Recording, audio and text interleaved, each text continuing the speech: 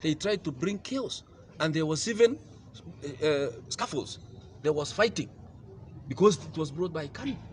They were saying point of order, point of information, things which it had been started by the speaker, and they used delaying tactics. Waka delay. One of them aliongea for 1 hour. Mpaka hata anauliza speaker, nilikuwa nataka kusema nini? So how could speaker anajua kichwa yako ilikuwa unataka sema nini? It was just a waste of time. And mwishowe, I want to make this to be clear and to be on record. It is in the answered, and it is also in the live streaming. We had a lot of live streaming. Even in my phone, I was streaming live. There was Malema, and there was also Baringo News, and it is evident that the speaker handed the assembly correctly. Correct. He even said the next meeting is Tuesday. Yes. Afternoon next week. So what else do you want? Why are you saying the motion ama discussion haikuisha? Mnataka nini? Hata ingawa tear gas walitupa, speaker alisema leteni results na akatangaza 30 against 11. So why do you go around saying hiyo mjadala haikumalizwa? Tunajua siri. They wanted to delay, they wanted to push it so that we had John alafu walete mambo yao ya intimidate members, especially the nominated.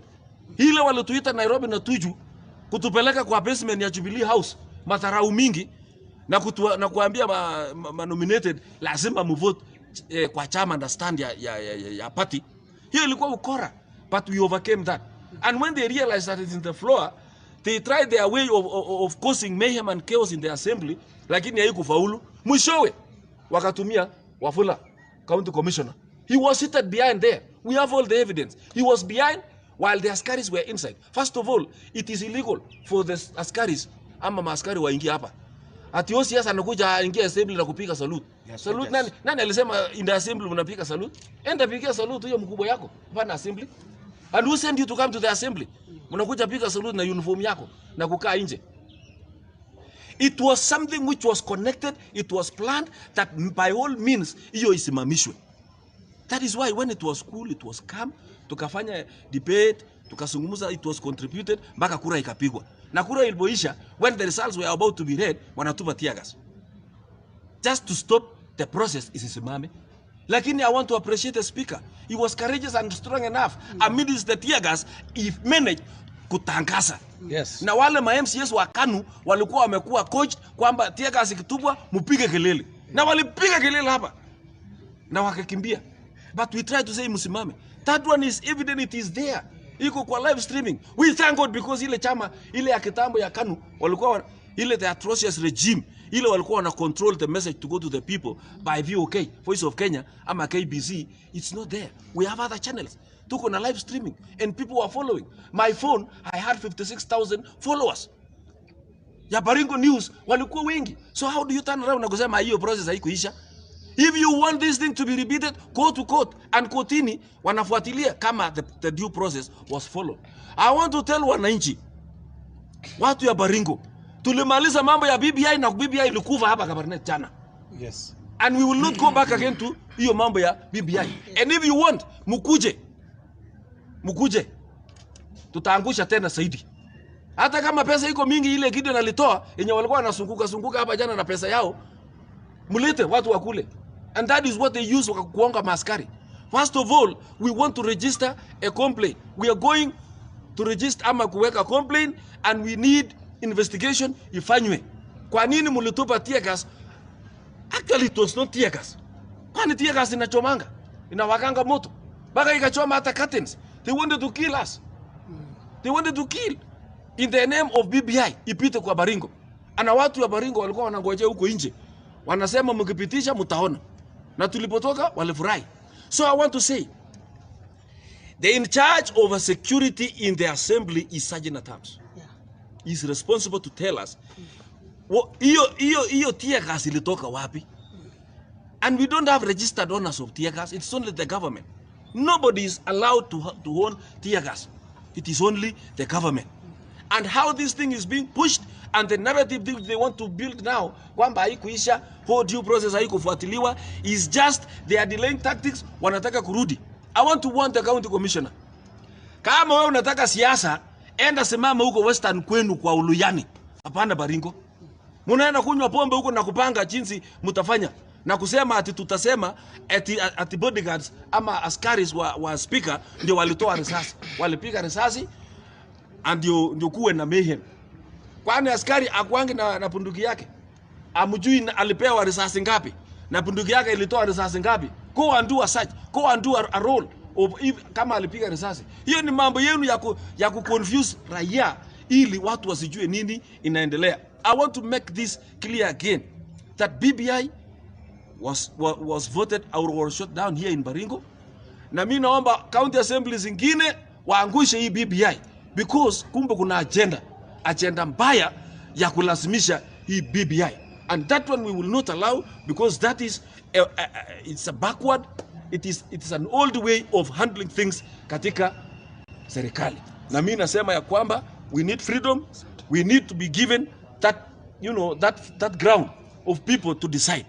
Kwa hivyo we condemn it and we say it remains that BBI was defeated, and anyone who has some complaints aende kotini. Asante. Kote ndio. Tumalizie Kiswahili. Alafu Mheshimiwa ongea Kiswahili.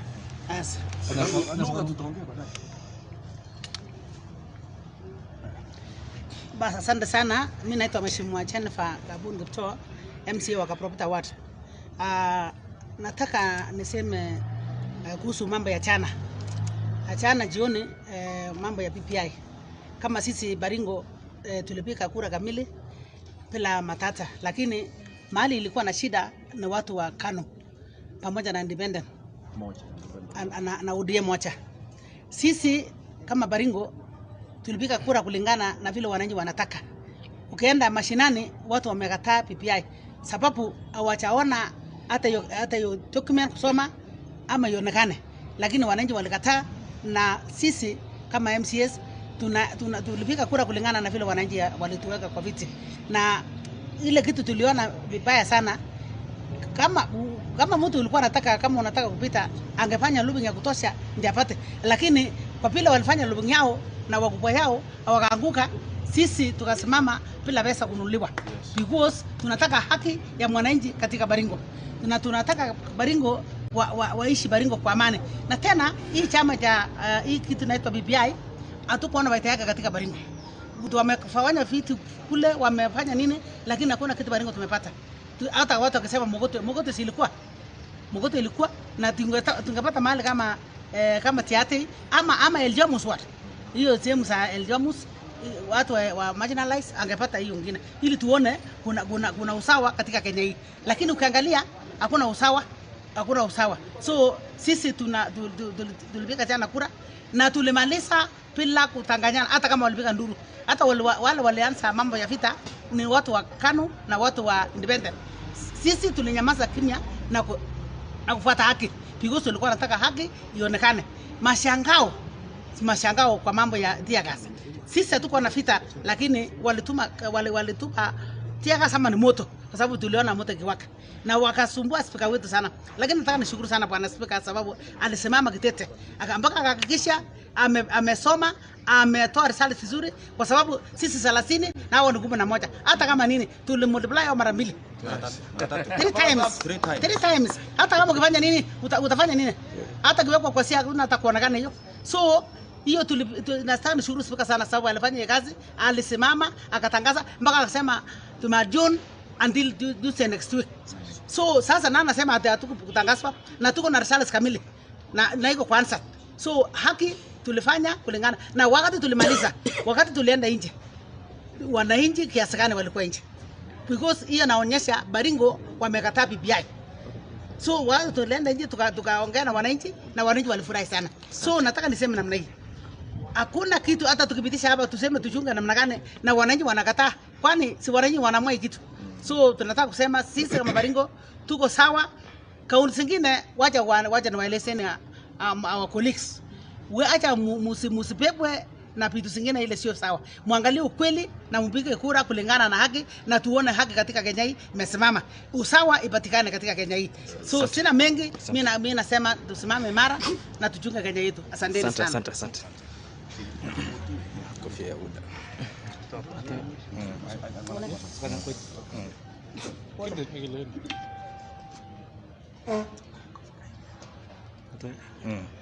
But I think itakuwa giza kabisa. Ionekane inatoa shade ya.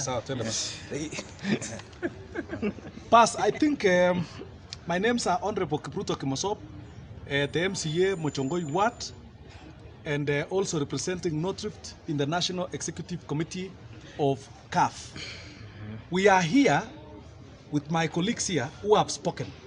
We are here to set the record straight for the country, for the county, and even internationally. Because after yesterday's event, we were shocked later to watch a read-up press conference of our colleagues feeding the country with half-truths, misinformations, and falsification, misrepresentation of material facts of what happened in the assembly. And therefore, we have a duty, and this is the duty we have come forward, to set the record properly straight as follows. That number one, we properly gave out a notice of motion yesterday, which was duly moved by Honorable Charles Koskei Elias Chako, who is also the chair of Justice, Cohesion, Devolution, and Legal Affairs Committee. That notice of motion was properly given out, and we followed the procedure. Secondly, the motion was also debated yesterday, again, according to our standing orders. It went on very well, and the answer is available. All the contributions were made. Application for adjournment were made. All the procedural issues were raised. They are captured and answered.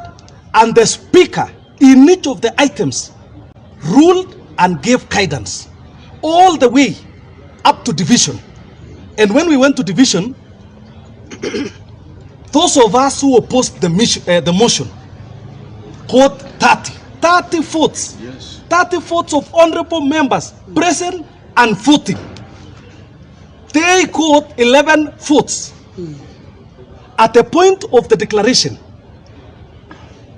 an attempt was made to ban the assembly. Because what happened is that electric cables at the exit point of the assembly were shot. And the intention was to ensure that those electric cables disrupt and ban the whole assembly. When that never happened, they threw up a tear gas. When the first attempt failed, there was a commotion. But something that was never captured by the cameras, and that is the reason why this lie is going round, is that within the commotion, and when the tear gas thing subsided a little bit, we still came back to the assembly. And the answer document is on. Yes. They didn't manage to switch off the answer document.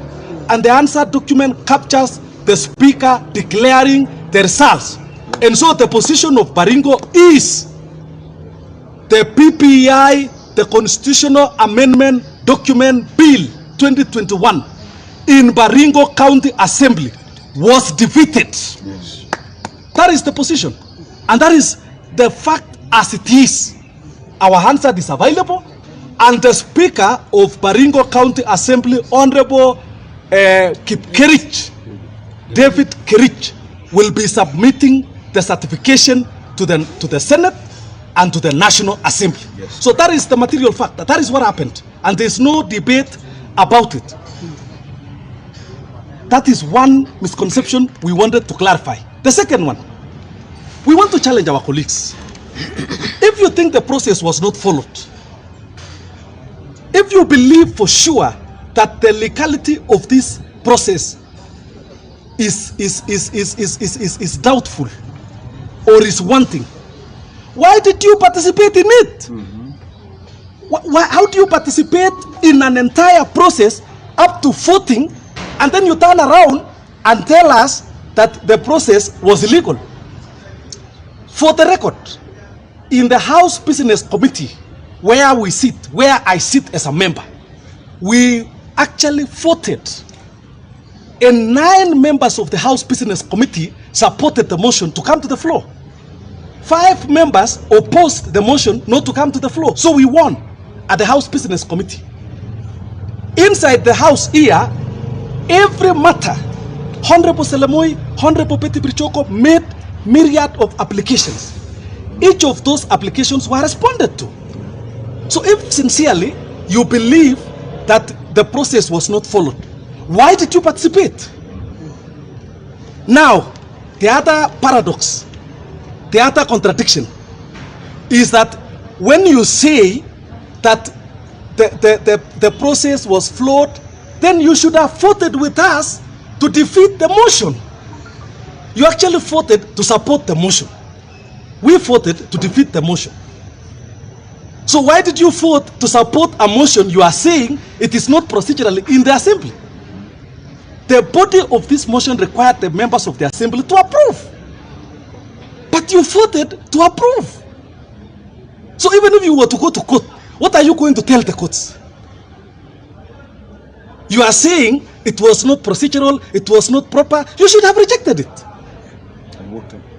You should have rejected it. So now you voted to approve the motion, and you are saying, in fact, I look forward to look at the plain papers that they will file in court.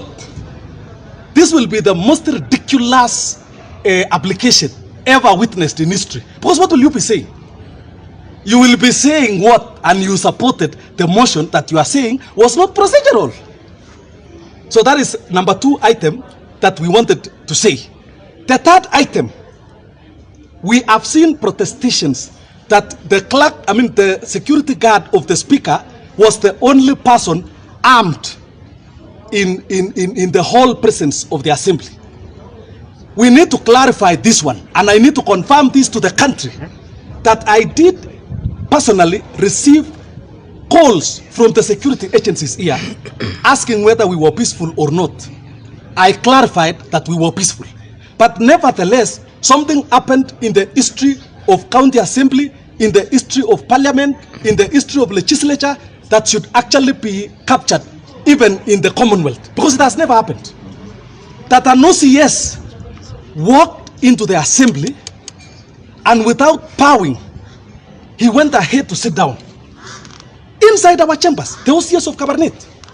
So when you say the only person who had a harm was the bodyguard of the speaker, the OCS of Cabernet disrespectfully against the County Assembly Service Act, against all the protection, all the immunities that assemblies enjoy, because even in Commonwealth, parliamentary practice is that presence of the assembly are protected. You cannot even be arrested inside the presence of the assembly.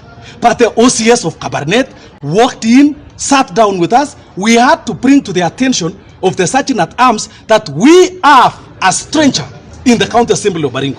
The chambers. So the lie that the speaker should be investigated, the guilty are always afraid. Yes.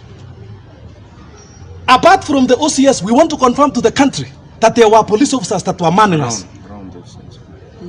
A huge contingent of police officers were deployed here. That is the position. The level of intimidation, the level of blackmail, the level of intrigue, the level of pressure and threat was enormous. So that is one misconception that I wanted to correct. The other misconception that has been relayed around, and I want to tell our Kano colleagues, even lying, even conmanship requires a little bit of intelligence.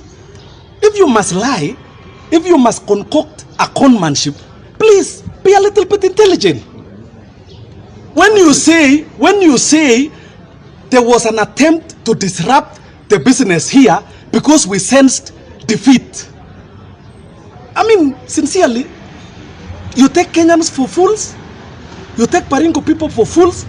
Who senses defeat between 11 votes and 30 votes. Who senses defeat? So when you lie and you get excited because of the cameras and you lie to the country, have a little bit of intelligence. Have a little bit of respect to the people who watch what we are doing in Baringo. We are handling a constitutional moment. We are handling a constitutional position. And on matters like this, don't use this constitutional moment to take the people of Kenya for a ride. So that is the other misconception I wanted to clarify. The other one is this lie that there should have been public participation, there should have been a proper procedure. I want to raise this for the record. The 30 elected MCAs have the representative role of the people. When I speak on behalf of the people who elected me. When Churo Amaya MCA, the former deputy speaker, Selemoy, he repeated many times in the Hansard that he was speaking on behalf of the people of Churo Amaya what? When Lotela spoke passionately, he spoke on behalf of the people of Selale what? So how do you come unanswered, purport to be speaking on behalf of your people, and then you are telling us there was no public participation? And this is an area that the country needs to know. The referendum bill is still pending in Parliament and Senate. It has not been signed by the President. It has not been approved. This is an area that is not clarified in law. There's no clear precedent. There's no clear framework of how a referendum situation is to be handled. That is why we are still saying, do we have elongated questions or we have one position? That is why even IEBC has been told, don't run a referendum fast, because they still need, this is a gray area. There's no standard practice of how these matters are to be executed. But however, we have done the way we have done in Baringo. And this is the first popular initiative in Kenya. Countries and democracies like America, who have had their democracy for close to 200 years, have had series of referendums. In Kenya, we are doing it for the first time. We are setting the precedents. We are setting the traditions. So what we have done in Baringo may not be what other assemblies will do. It doesn't mean we are wrong, and it doesn't mean they are right. We are entering into what legal minds call uncharted territory. So that is the other misconception. Finally,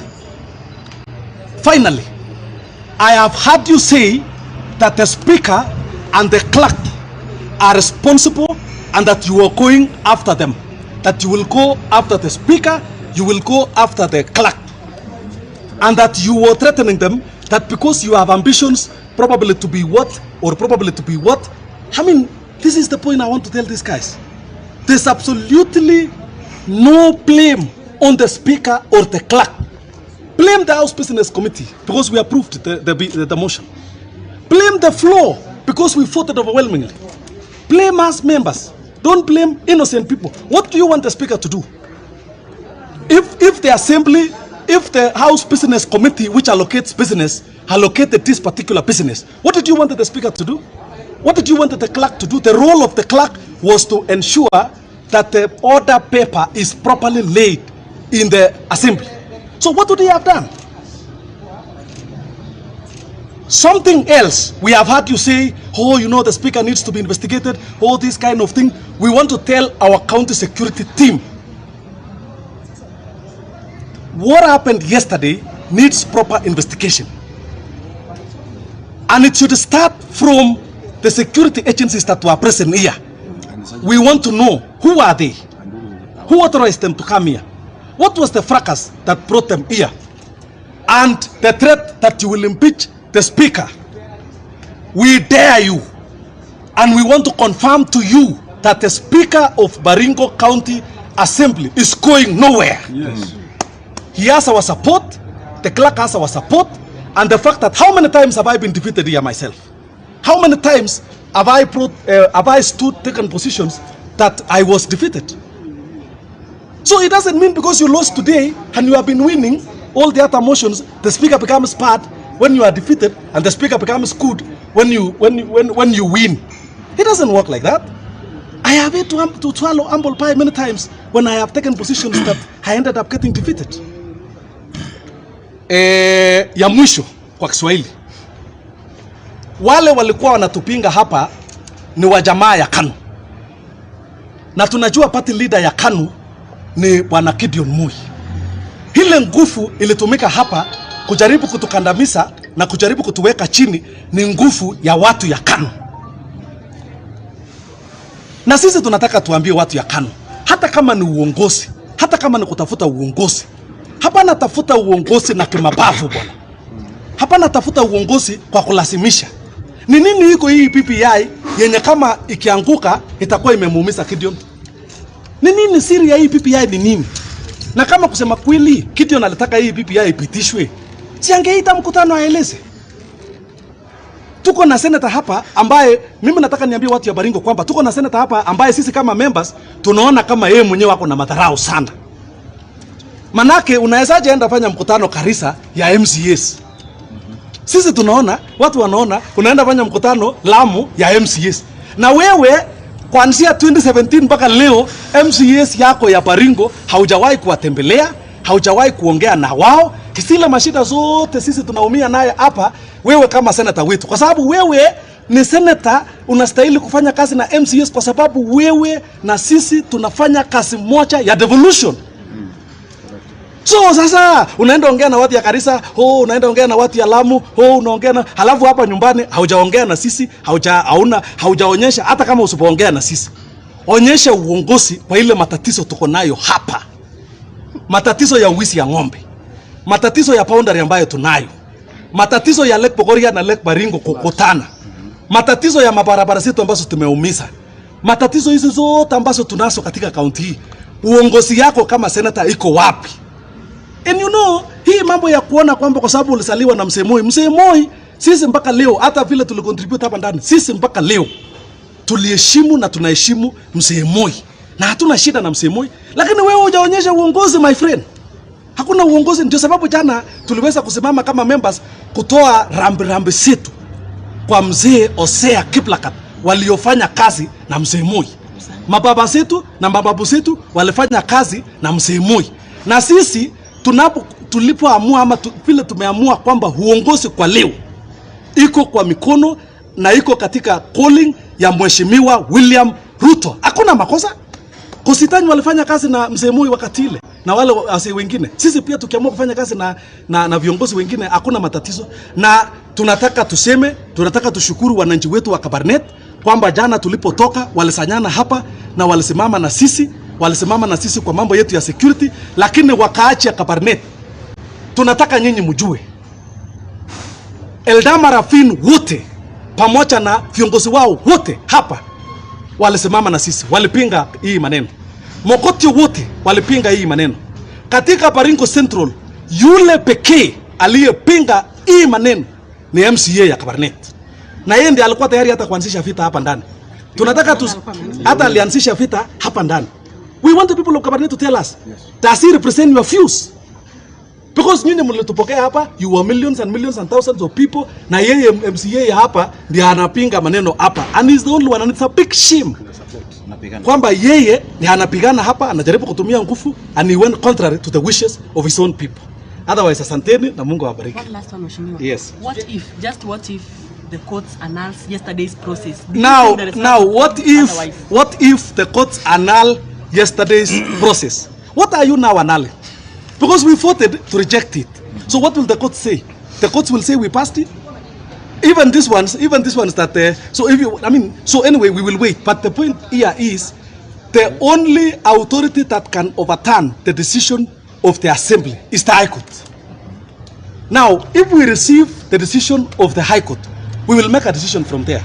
But at the moment, we do not have a decision from anywhere. The decision that we have is the decision of the County Assembly of Baringo. And let me ask you, can the judge come and vote here? Because 30 of us voted against this thing. Yes. So can the judge come here? You know, you can lie about things, but you cannot lie about facts. Figures, numbers don't lie. So the fact of the matter is, we rejected this with 30 and they supported it with 11. Now, how do you go? You know, it is a bit laughable because when you go to court and yet you are supporting the motion and you are saying you don't support the motion. So what are you going to tell the judge? That's why I was saying I would want, as a matter of interest, I would want the country to look at the kind of papers these guys will file. Because it would be ridiculous and laughable. It is contradictory. But we are waiting for that decision. But if they decide that way, 30 of us will still reject it, 11 will still reject it, but I don't think they will want to. It would be an embarrassment. You remember when we impeached the deputy speaker here, come get rushed here, and you know, with all bravado, with all propaganda show, it was all over this place, just stamping and that kind of thing. But what happened in the courts? He had to swallow an humble pie. In fact, I want to congratulate Salamo yesterday. I saw him introducing himself. The courts will listen to all of us. We will have our time in court, all of us. Thank you. And of course, Mheshimiwa, they say they would, the Secretary General of the party will, in a way, annul what you did as an assembly. Repeat that again. The party is not the assembly. Repeat that again. The Secretary General, Raphael Tuju, being the Secretary General of the party, and of course, majority of you voted against the bill, were from Jubilee Party. Might have a contrary opinion of what you did last night. Is that what they are saying? No, I don't know whether that is what he wants to do. We met Raphael Tuju. We gave him our mind. I pleaded. I actually told Raphael Tuju that you have no option on this matter but to allow the popular will of the people of Baringo to be taken. And so, I don't know the worst that Raphael Tuju can still do, because, again, there's this notion that Raphael Tuju can actually suspend members of Jubilee Party or discipline the MCAs. You know, the nominated MCAs here are members of this house, courtesy of being cassetted by IBC. It is only the parties that channel their names to IBC.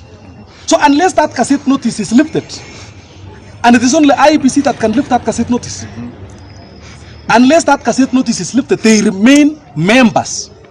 Further, they have not violated any part of the Jubilee Constitution. You know, we read, gentlemen, you don't know, we went to meet Tuju, we read the both sides of the Constitution of Jubilee, and we came to concurrence with Tuju that this is uncharted territory. So even now, there's no position that the nominated should vote this way or this way, no, because there's no position. And in any case, we have Jubilee Party speaking in tongues. You know, the Deputy Secretary General of Jubilee, Caleb Kositany, is saying this. The Secretary General himself is saying this. So we have two positions here. We will want now, even any court or even any disciplinary committee, which one supersedes the other one. It has the letterhead of this, it has the letterhead of that. But all the same, I want to thank our nominated colleagues. And I want to tell the people of Baringo that our nominated colleagues of Jubilee stood with the popular will of the people of Baringo.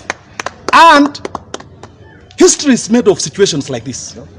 A moment comes when the interest of your people, when the interest of the nation becomes more paramount than your personal interest.